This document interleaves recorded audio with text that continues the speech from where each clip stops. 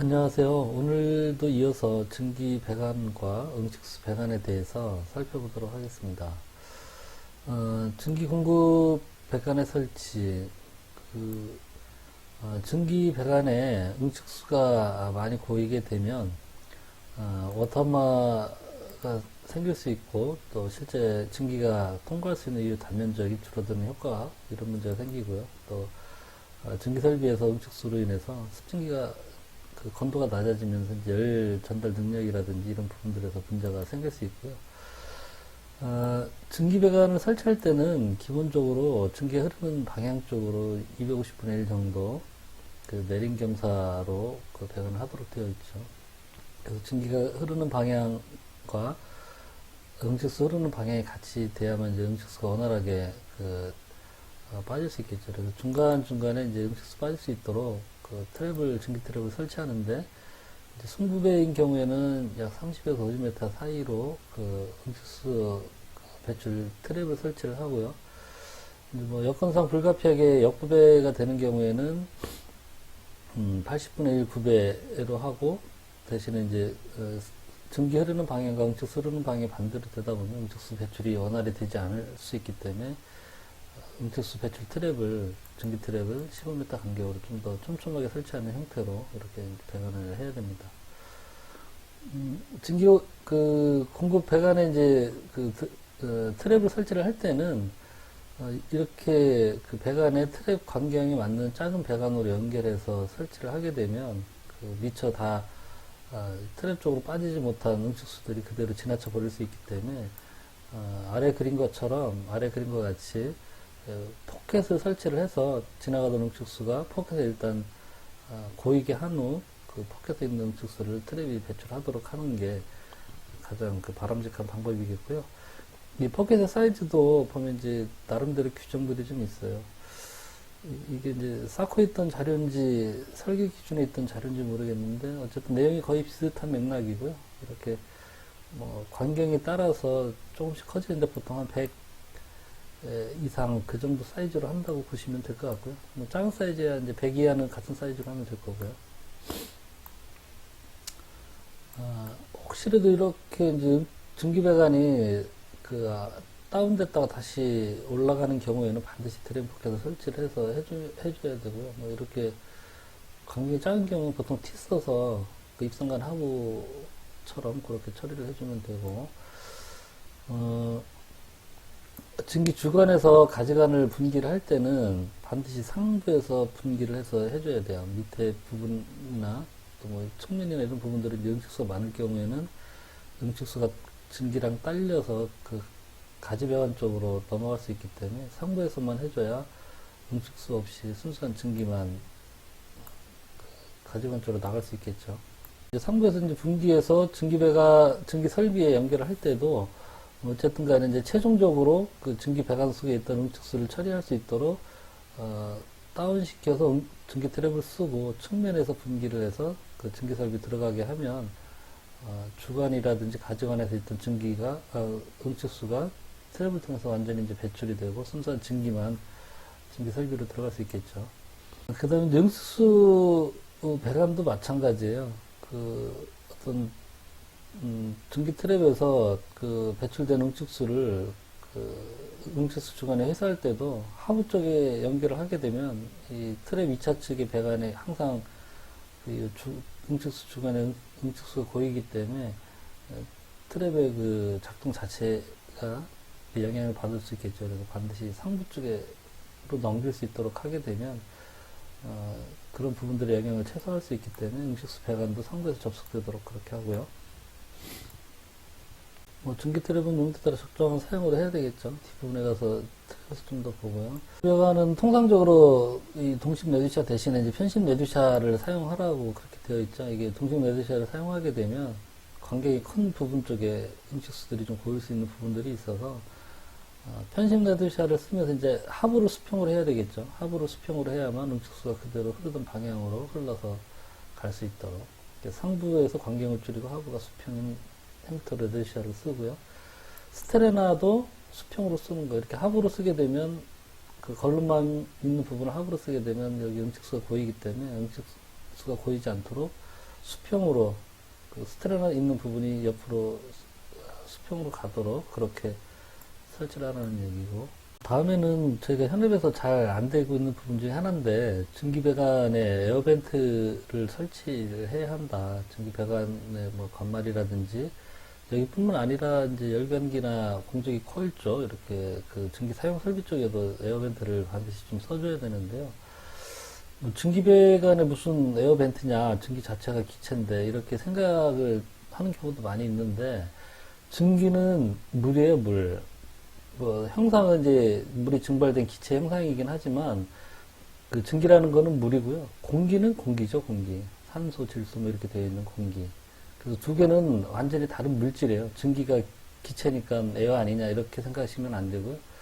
그래서 우리 증기배관에는 평상시 이제 증기가 흐른다는 거는 물이 흐르는 거예요. 물이 증발된 그 수증기가 흐르는 거고요. 그 수증기가 흐르다가 증기 설비를 사용하지 않게 되면 수증기가 이제 그 물이 수증기로 증발하면서 1700배로 늘어나지 않습니까? 그것이 다시 1700분의 1로 그 최적이 줄어들게 되겠죠. 응축이 되면서 증기를 사용하지 않으면. 그럼 그 줄어든 공간을 뭔가가 채워야 되는데 그걸 채우지 못한다면 이제 배관 내에 진공이 걸리겠고요. 어쨌든 프렌지라든지 이러저러한 부분에서 그 에어가 들어와서 그 부분들을 채우고 있어요. 그래서 그게 다시 증기가 공급되게 되면 그 배관 안에 있던 에어를 빼줘야만 그 증기가 다시 원활하게 흘러서 그 증기 공급이 가능하기 때문에 증기 배관에도 에어벤트를 써주셔야 돼요. 입상관 최상부라든지 이런 관말, 그 다음에 그렇게 해서 그 공조기라든지 어떤 열교환기 연결된 그런 부분에서는 계속 증기에 의해서 이제 에어가, 배관 속의 에어가 관말 쪽으로 밀려가기 때문에 에어벤트를 좀 써주셔야 되고요.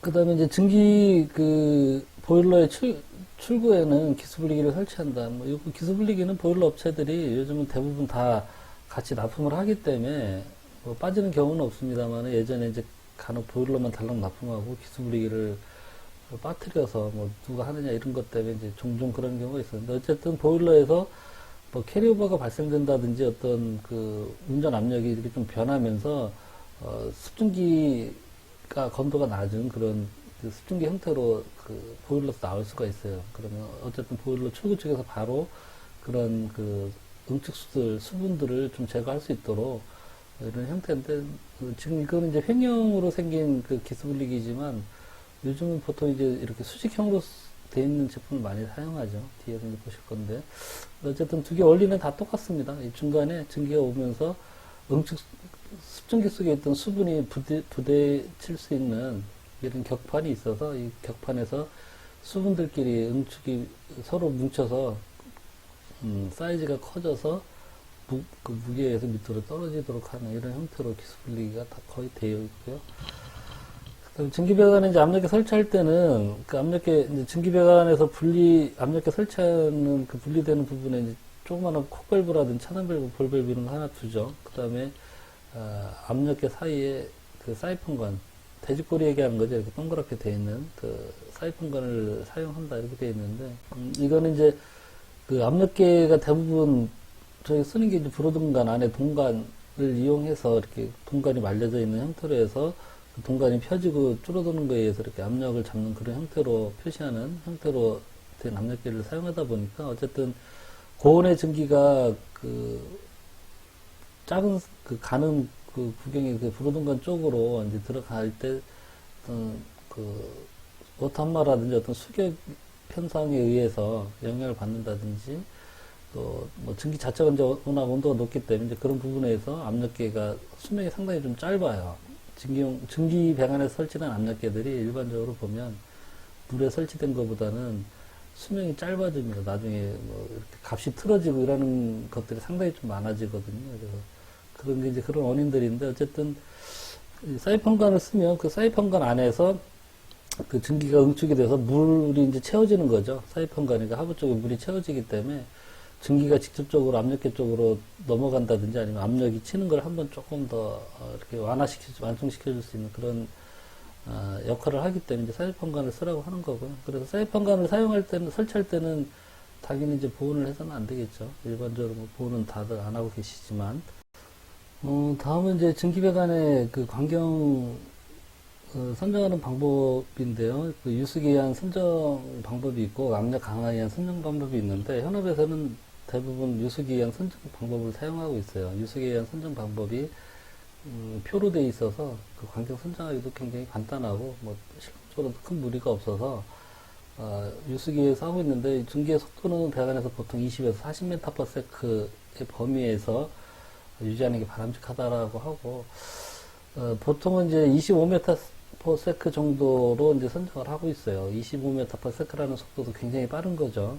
우리 물배관에 있는 그 속도에 비하면 증기의 속도가 굉장히 좀 크기 때문에 빠르기 때문에 어터함마라든지 이런 부분들에 대해서 많이 좀 주의하실 필요가 있고요.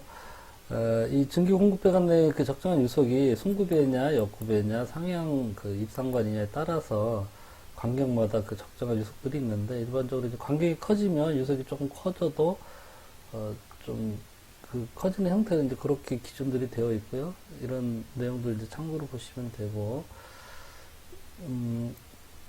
그 지금 적정한 유속은 다 25m/s 미만이죠. 그러니까 25m/s를 꼭 해라라는 게 아니라 최대한 25m/s를 넘지 않도록 이렇게 하라는 취지에서 배관 관경을 선정한다고 보시면 돼요.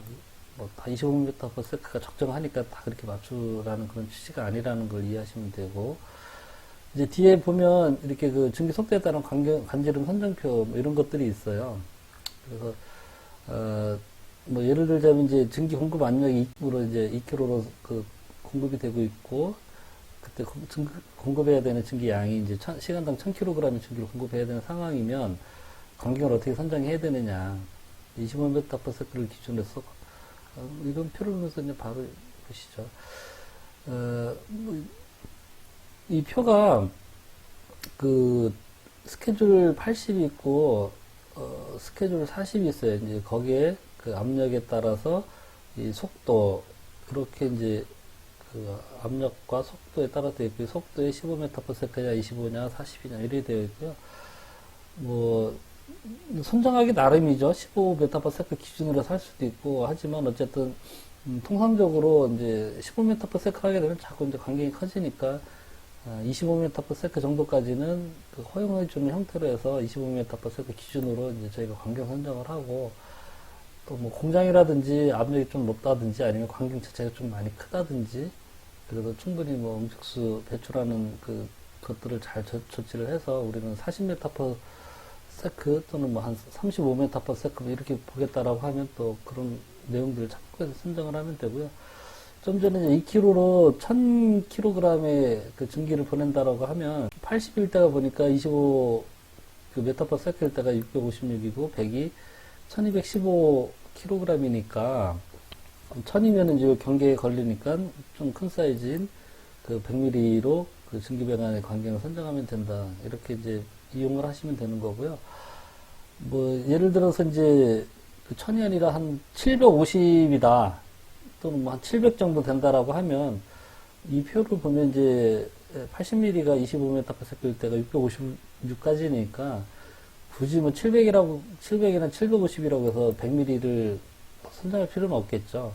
700 정도 되면 이제 한 7m/s 되려나요? 그러면 뭐 조금 넘어도 이제 뭐 40m/s가 1010까지를 보내도 된다고 이렇게 표현되어 있으니까 뭐 700에는 750 정도는 그러면 뭐 80mm로 하자 이렇게 이제 저희가 판단할 때도 같이 이렇게 활용을 하시면 되겠습니다.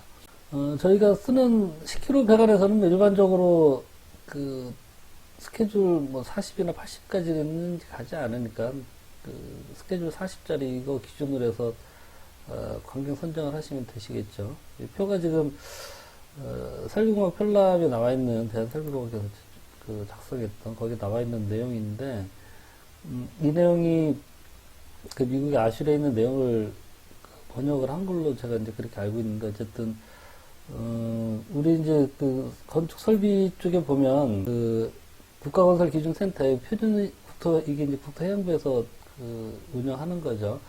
그 건축기계설비 표준시방서가 있고 건축기계설비 설계기준이라는 게 있어요. 그게 이제 코드가 되어 있고요. 거기에 우리 이제 설비 쪽에도 쭉 내용들이 있는데 배관설비 설계기준에 보면 이제 이런 관경 선정하는 것들에 대한 내용들이 나오고요. 뭐, 냉각수 배관, 관지름, 뭐, 한우 중심, 여기에 이제 증기 배관에 대한 내용이 나오고요.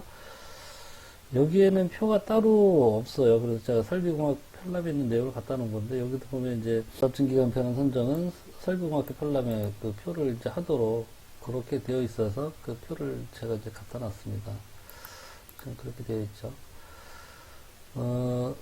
그래서 뭐 실무적으로 이 표로 이렇게 하시면 관경 선정은 간단하게 될 수 있고요. 관경 선정이 너무 이제 크게 되면 당연히 비용이 많이 증가되고 또 관의 표면적이 커지니까 방열 손실도 커지겠죠.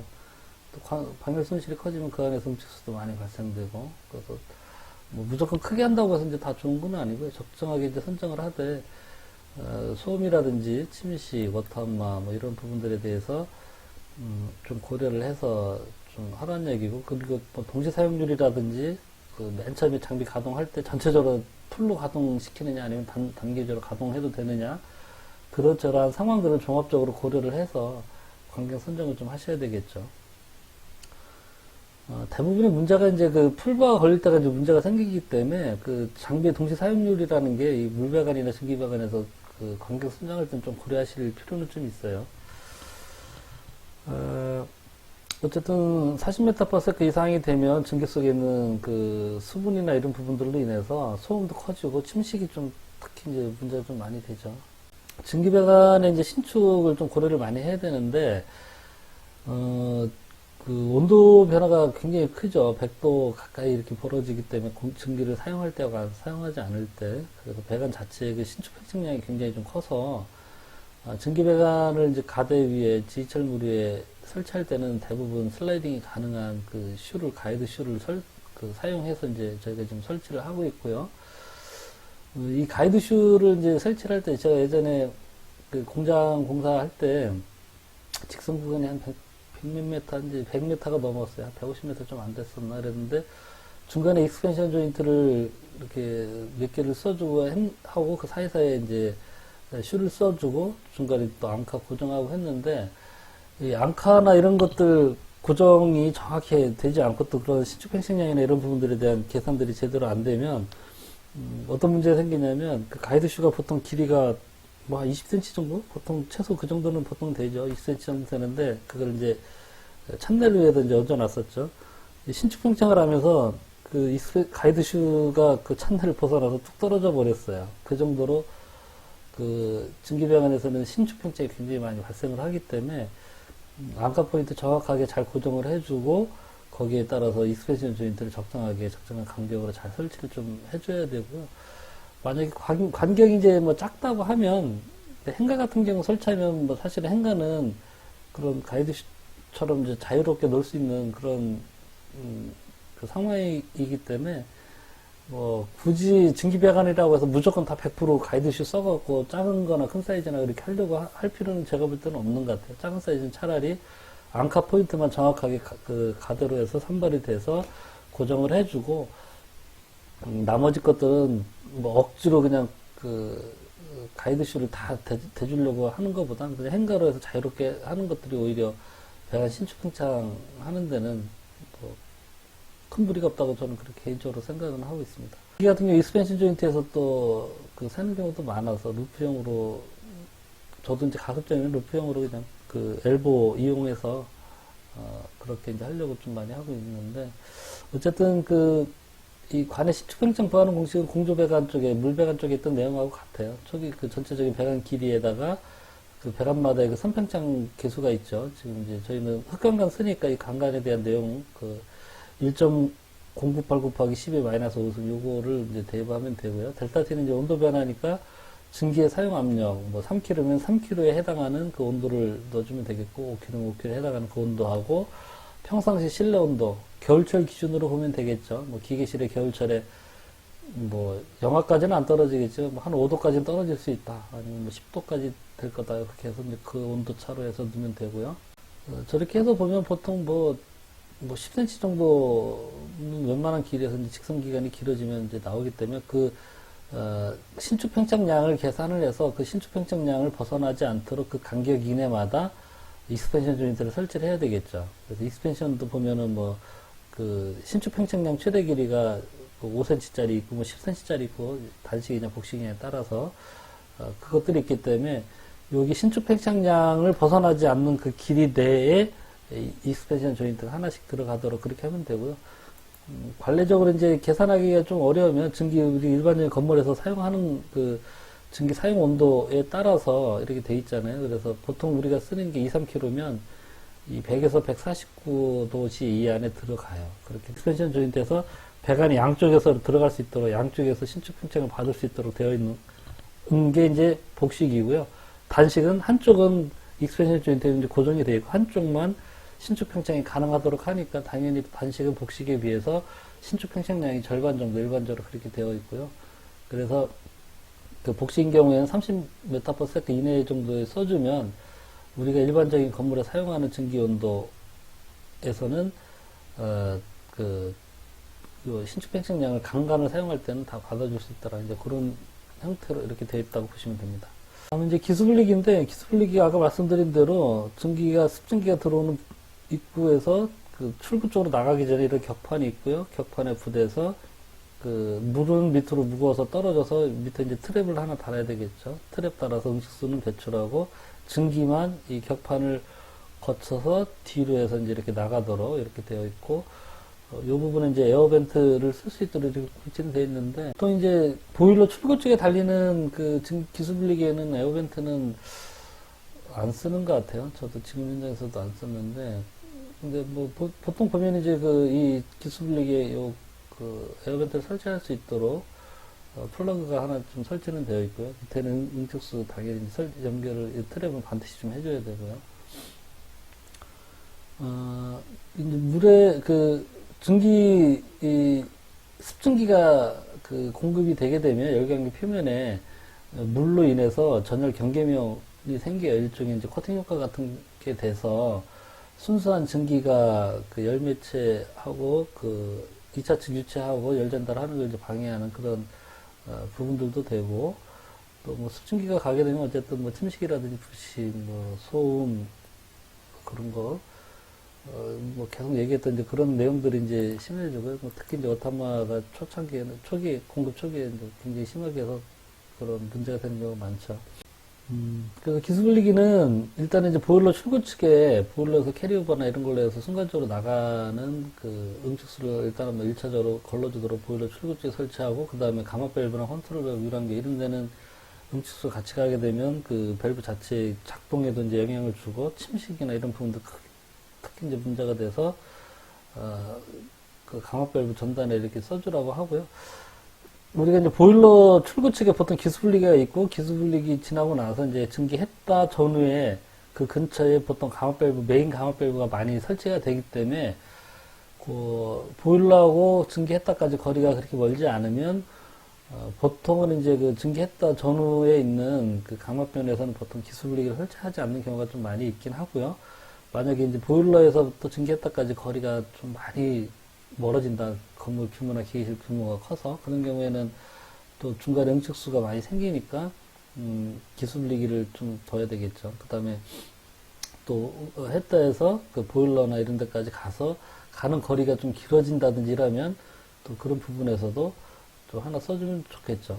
기수분리기를 안 해더라도 감압변 앞에서는 그렇게 이제 했다에서부터 감압변까지 가는 거리가 이제 길어지는 경우에는 기수분리기를 써주면 좋고요. 기수분리기를 안 쓰더라도 반드시 트랩은 좀 써주시는 게 좋아요. 지금 이제 기수분리가 없더라도 여기다가 이제 트랩을 쓰면 되겠죠.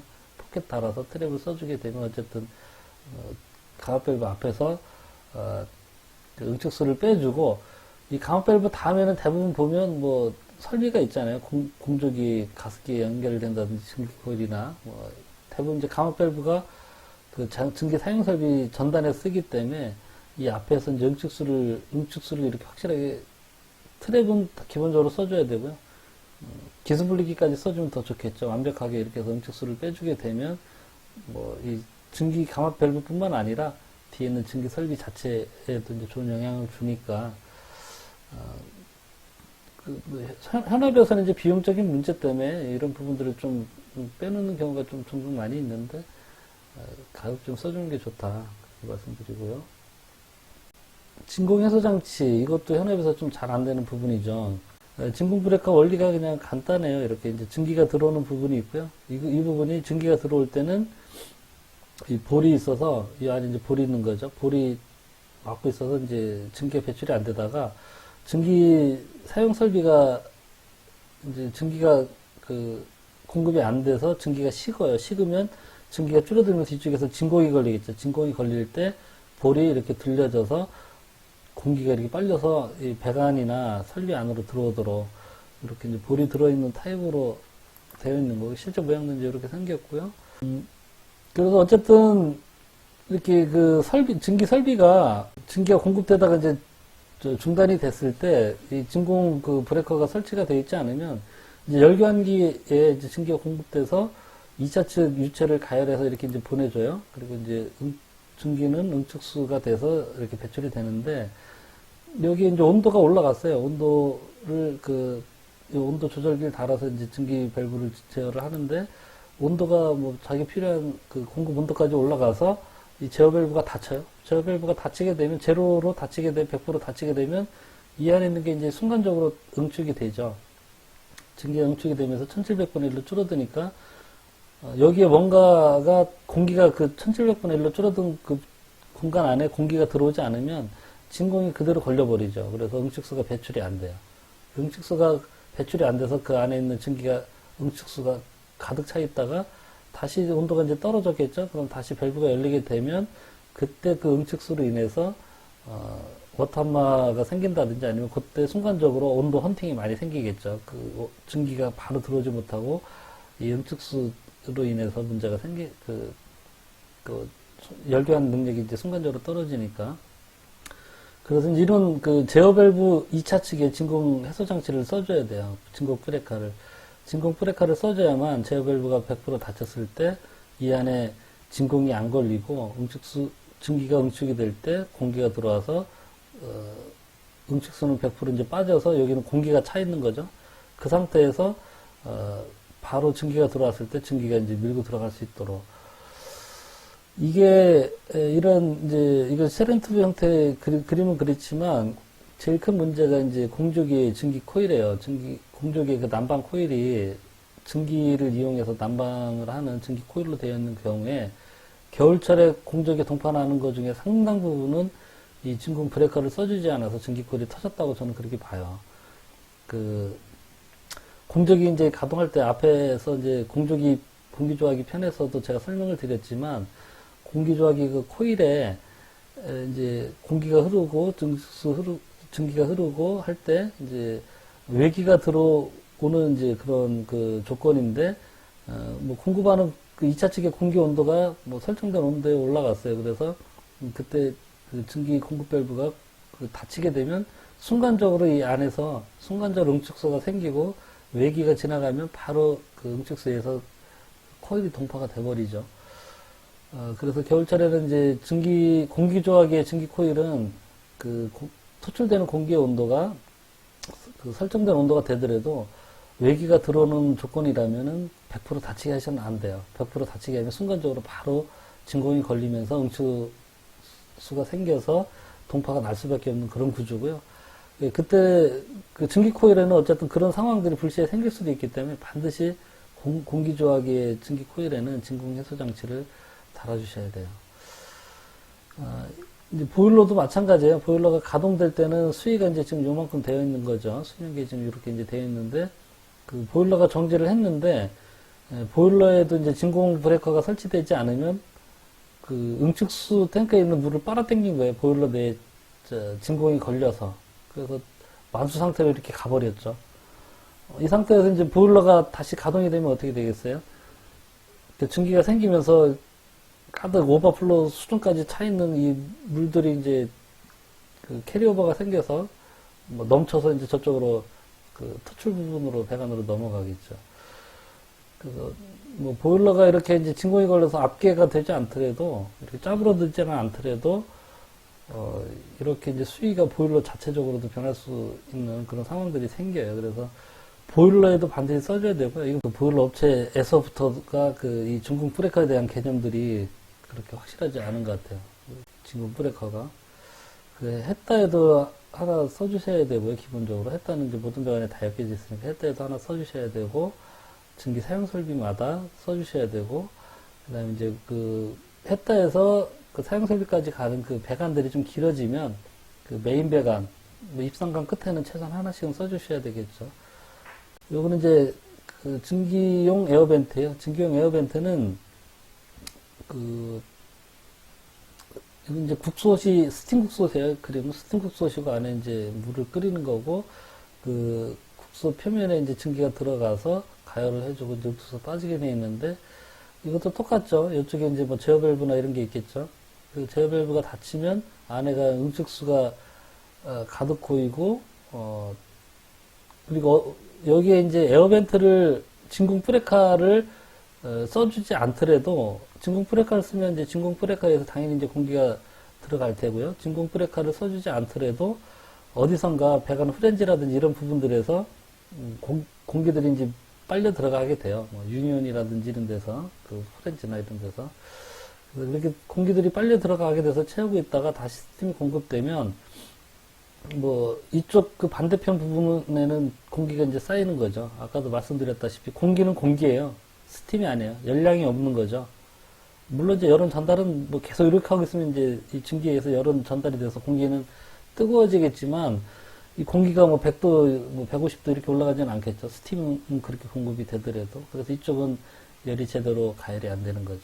그래서 이렇게 스팀이 공급되는 반대 부분에는 그 스팀이 공급되지 않았을 때 그 안을 다시 채웠던 공기를 빼내기 위한 에어벤트를 반드시 좀 써주셔야 됩니다. 이런 부분도. 뭐 쓰지 않더라도 우리가 뭐 그동안에 잘 됐다라고 이제 하실 수는 있지만 어쨌든 이만큼 그 열 전달 능력이 떨어진 것만은 사실이에요. 이거는 뭐 배관이 짜부러들어서 이 부분이 안 생기지 않는 이상은 어쨌든 그 공간은 공기가 이제 채웠기 때문에 이런 현상을 피할 수는 없는 거고요.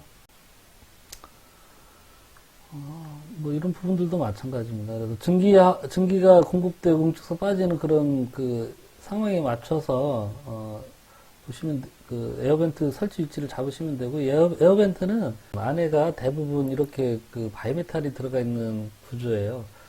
그래서 이제 평상시는 이 바이메탈이 이렇게 벌어져서 이제 열려서 뭐 공기나 이런 것들이 이제 통할 수 있는 그런 형태로 되다가 이제 증기가 이렇게 유입이 돼요. 증기가 유입이 되면 바이메탈이 이제 온도에서 팽창하면서 요 공기가 나가던 요 구멍을 막아주는 거죠. 그래서 공기만 쭉 빠져나가고 나서 증기가 이제 다 빠져나가서 증기가 들어오면 이 바이메탈이 딱 늘어나면서 공기 나가는 구멍을 딱 막아주는 형태. 저런 바이메탈 형태가 이제 대부분인 것 같고요. 이게 이제 물용이고 증기용이죠. 생김새 자체가 좀 달라서 뭐 헷갈리게 설치될 이유는 없는데 이제 문제는 이 증기용 에어벤트 가격이 좀 비싸요. 진공 브레이커도 그렇고 에어벤트도 그렇고 물용은 해봤자 뭐 1, 2만 원 그 정도 저렴한데 증기용은 뭐 딱히 엄청 뭐가 이렇게 다를 건 아닌데 어쨌든 뭐 희귀하게 잘 현업에서 많이 안 써서 그런지 가격이 너무 비싸요. 그래서 항상 어느 현장 가든지 간에 지금 이거 가지고 항상 업체들 원래 이거 달래고 해서 쓰도록 그렇게 좀 하고 있는데 하여간 가격이 좀 쌌으면 좋겠어요. 뭐 쌓고서 팔든 어서 팔든 현실적으로 또 증기용 에어벤트나 진공 브레이커 나오는 업체들이 많지가 않아요. 쌓고는 이제 다 있지만 뭐 삼성이나 신우나 뭐 신일이나 이런 다른 업체들이 좀 이거 많이 만들어서 좀 팔면 좋겠는데 다양하게 뭐 여러 업체에서 나오지는 않아서 그 나오는 업체가 몇 개 없다 보니까 가격이 이렇게 많이 좀 떨어지진 않더라고요. 하여간 사코 말고도 국내 업체들도 이제 좀 나오는 업체들이 있으니까 그렇게 해서 사용하시면 될 것 같고요. 응축수 해수배관이에요. 그 응축수는 이제 얼마만큼 해소하느냐에 따라서 에너지를 절감하는 거죠. 그걸 버려버리면 그대로 그 열량을 부여하고 있는 응축수가 그 손실이 버려지는 거라서 그대로 열량을 버린다고 생각하시면 되고, 어쨌든 응축수를 얼마만큼 회수해서 쓰느냐가 이제 에너지 절감하는 데 있어서 뭐 기초적인 사항이고요. 응축수 잘 회수를 하려면 보통 이제 중력에 의한 자연 그 구배에 의해서 회수하는 방법을 많이 쓰고 있기 때문에 배관 기울기가 잘 돼야만 응축수가 원활하게 다시 회수하는데 문제가 없겠죠. 그 응축수는 그 증기 배관이나 증기 설비에 있는 1차측 압력 가지고 그 응축수를 이제 배출하게 되고 1차측 압력하고 2차측 트랩의 2차측 그 압력의 차이에 의해서 차압에 의해서 배출량이 이제 결정된다고 보면 되고요. 그 응축수 온도 조절하는 장비, 아까 말씀드렸던 그런 그 제어 밸브가 설치되어 있는 그런 장비들은 이제 제어 밸브가 닫힐 경우에 내부에 진공이 걸리면서 응축수 배출 정지 조건이 발생되기 때문에 진공 브레이커를 써주고요. 그렇게 돼도 그 안에 있던 그 응축수를 배출을 못하게 되겠죠. 1차측 제어 밸브가 닫히면 1차측 압력 자체가 이제 차단이 되기 때문에 그럼 그 차단되고 나서 그 안에서 발생된 응축수를 그럼 어떻게 할 거냐. 그게 이제 고여 있다가 찬 공기가 들어가게 되면 이제 바로 동파가 나는 거죠. 코일 같은 경우, 공조기 코일 같은 경우. 그래서 그러면 제어 밸브가 닫히고 공조기가 꺼진 상태에서도 그 안에 있는 응축수를 빼야 되잖아요. 자연구별을 뺄 수 있으면 문제가 없는데 자연구별을 빠지지 않는 조건이면 오거덴 펌프나 자동 펌핑 트랩, 오거덴 펌프가 자동 펌핑 트랩이라고 보시면 돼요. 어쨌든 펀에는 그런 그 트랩을 설치를 해서 이제 응축수를 빼줘야 된다. 이제 뭐 그런 내용이고요. 나머지 내용들 좀 일단 쭉 보시면 될 것 같고, 응축수 해수배관의 관경 선정은 저압증기관이냐 고압증기관이냐에 따라서 일단 뭐 구분이 뭐 습식이 있고 건식이 있고 뭐 진공식 있고 밀폐식이 있는데 우리가 쓰는 건 이제 대부분 건식이죠. 트랩에서 나와서 자연 구배로 인해서 이렇게 돼서 뭐 이 배관 안에 응축수가 차 있긴 하지만 위에 이제 그 공기가 이렇게 통할 수 있는 여분의 이제 공간들이 있는 거죠. 물론 이제 뭐 이게 많이 흐를 때는 거의 만수 가까이 흐를 수도 있겠지만 어쨌든 이렇게 빈 공간이 있는 게 이제 건식이고요. 습식인 경우에는 항상 그 안에 우리 오배수 관이나 공조배관, 그 냉온수 배관이나 이런 것처럼 응축수가 100% 가득 차서 흐르게끔 되어 있는 그런 설계가 그렇게 되어 있는 게 이제 습식 환수 방식이고, 밀폐식은 응축수 배관 자체는 우리가 보통은 압력이 안 걸리죠. 압력이 걸리면 그 배합에 의해서 응축수 트랩 자체의 작동에 문제가 생기는데, 이제 밀폐식 환수 방식은 이 응축수 배관 쪽에도 이제 압력이 걸리는 거예요. 물론 이제 증기 배관은 이 응축수 배관 쪽에 걸리는 압력보다도 더 높은 압력이 항상 유지가 돼야 되겠죠, 서로. 그래야만 이 트랩에서 이쪽으로 넘어가겠죠. 어쨌든, 그런데 뭐 현업에서는 거의 뭐 다 이 방식으로 하죠. 뭐 이런 부분들은 이제 이렇게 설계를 했는데 잘못해서 뭐 이런 경우가 생길 수는 있겠지만 뭐 아주 특별한 경우가 아니면 굳이 이렇게 설계는 안 하고 대부분 다 이런 형태로 하고, 이런 형태로 하다가 이런 습식의 조건이 걸리게 되면 이제 그럴 때는 보통 오거덴 펌프나 자동 펌핑 트랩을 써서 계속 펀에서 이런 조건이 생기지 않도록 그렇게 이제 만들어주는 게 일반적이죠.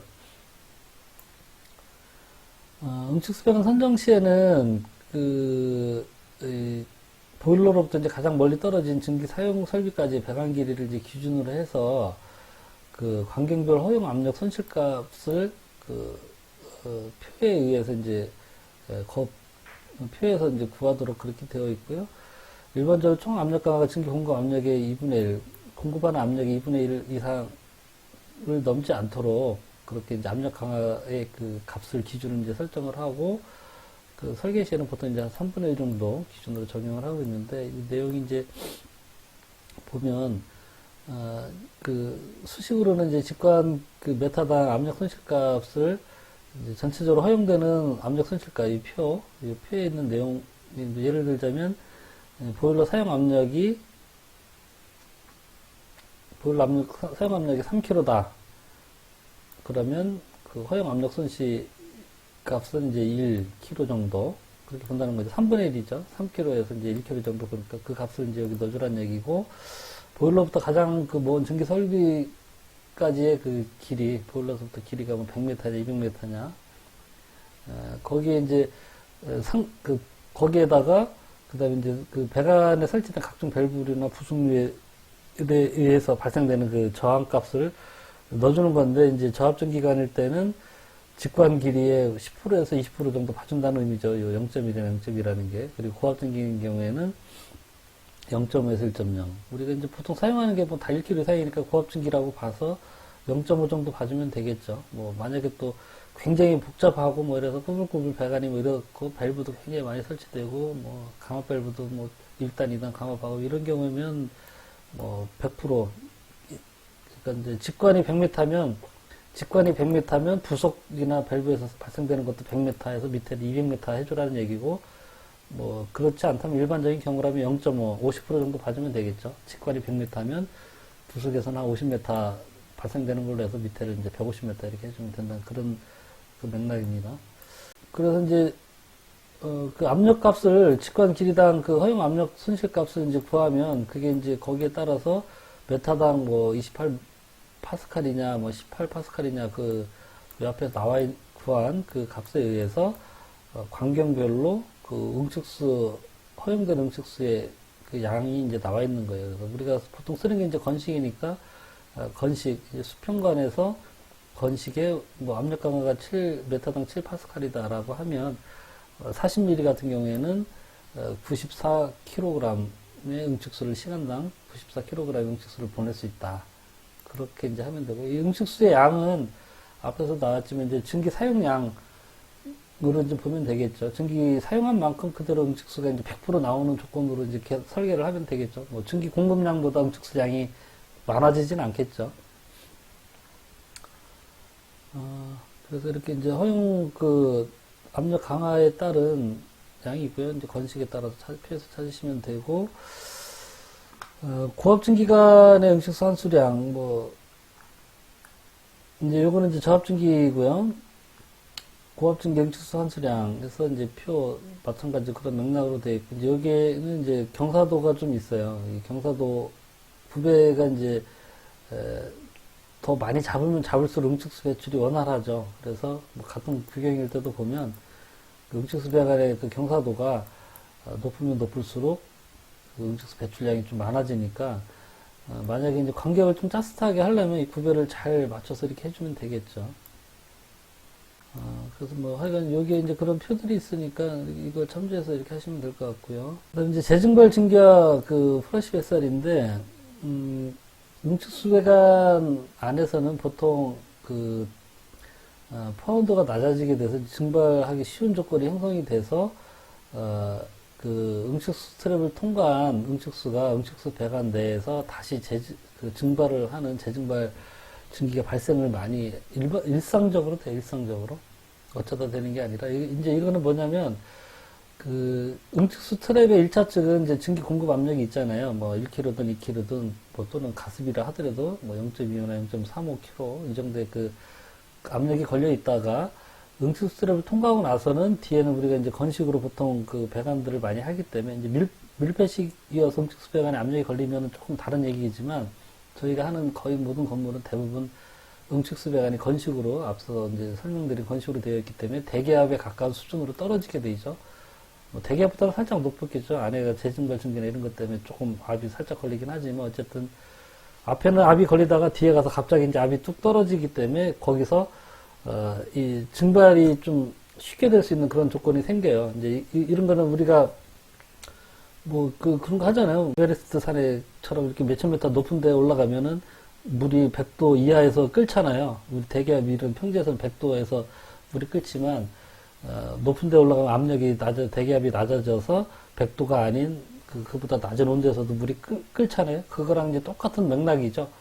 앞에 1, 2kg의 그 증기 트랩 앞에서는 1, 2kg에 걸리는 그 조건에서 그 증발을 안 되고 있다가 트랩을 통과하고 나서 갑자기 이제 대기압 가까이 떨어지니까 거기서 바로 그 증기로 되는 그런 양들이 많아지는 거죠. 그 응축수 100%가 다 증기가 되는 게 아니고요. 그 앞에서는 예를 들어 이제 한 30만 재증발 증기가 생겼는데 트랩을 통과하고 나서 압력이 뚝 떨어지니까 30보다 훨씬 더 많은 뭐 50이나 70이나 그만큼의 양이 다시 증기로 될 수 있는 그런 컨디션이 생긴다는 거예요. 그래서 응축수 배관 내에는 일상적으로 이런 재증발 증기가 생기기 때문에 이 재증발 증기에 의해서 재증발 증기량이 많으면 그것 때문에 재증발 증기로 인해서 응축수가 통과할 수 있는 단면적이 줄어들어서 응축수 배출도 이제 지장을 받을 수 있고요.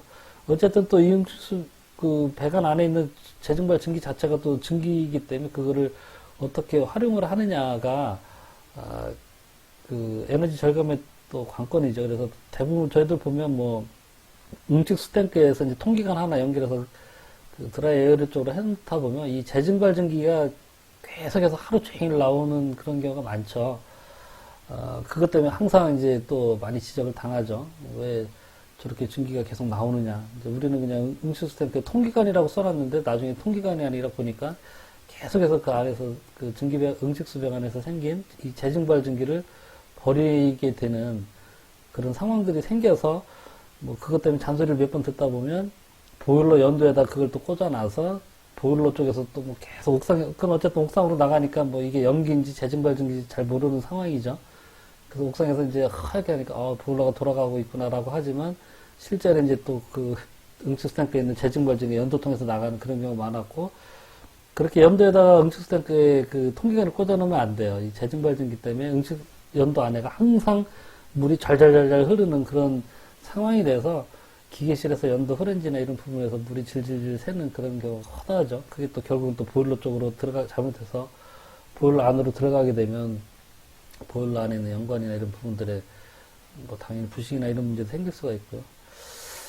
그래서 지금 있는 현장도 건물이 이제 10층, 11층이고 그 위에 옥탑층이 있는데 기계실에 있는 그 응식수 이 통기관을 옥상까지 올렸어요. 그 드라이어로 그 기계실 근처에서 뽑아내게 되면 이제 그것 때문에 항상 뭐 누군가 지나가다 이렇게 지적을 하니까 결국 옥상까지 지금 있는 현장도 이렇게 올렸는데 어쨌든 이런 부분들을 활용하기 위해서 이제 쓰는 게 이제 후레쉬 베셀이고요. 후레쉬 베셀에 대해서는 아마 뒤에 좀 내용이 나와 있을 거예요. 그래서 이 후레쉬 베셀을 이용해서 재증발증기를 어떤 뭐 급수를 예열해서 탈기시키는 데 쓴다든지 아니면 뭐 다른 뭐 급탕이라든지 그 보일러 보급수를 예열하는 그런 용도로 쓴다든지 그렇게 이제 활용을 하는 게 이제 에너지 절감의 이제 관건이죠.